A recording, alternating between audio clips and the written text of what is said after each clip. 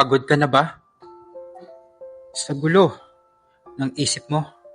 Sa dami na subok sa buhay mo? Huminga ka muna ng malalim.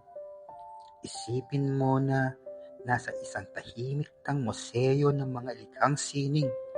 Walang ingay, kulay lang ang kausap mo.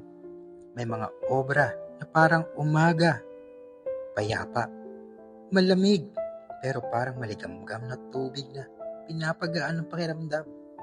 Hindi mo kailangang intindihin ang lahat.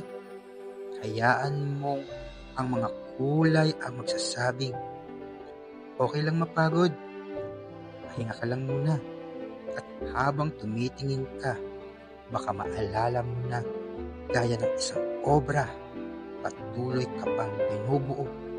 Hindi minamadali, pero unti-unting nagiging mas maganda.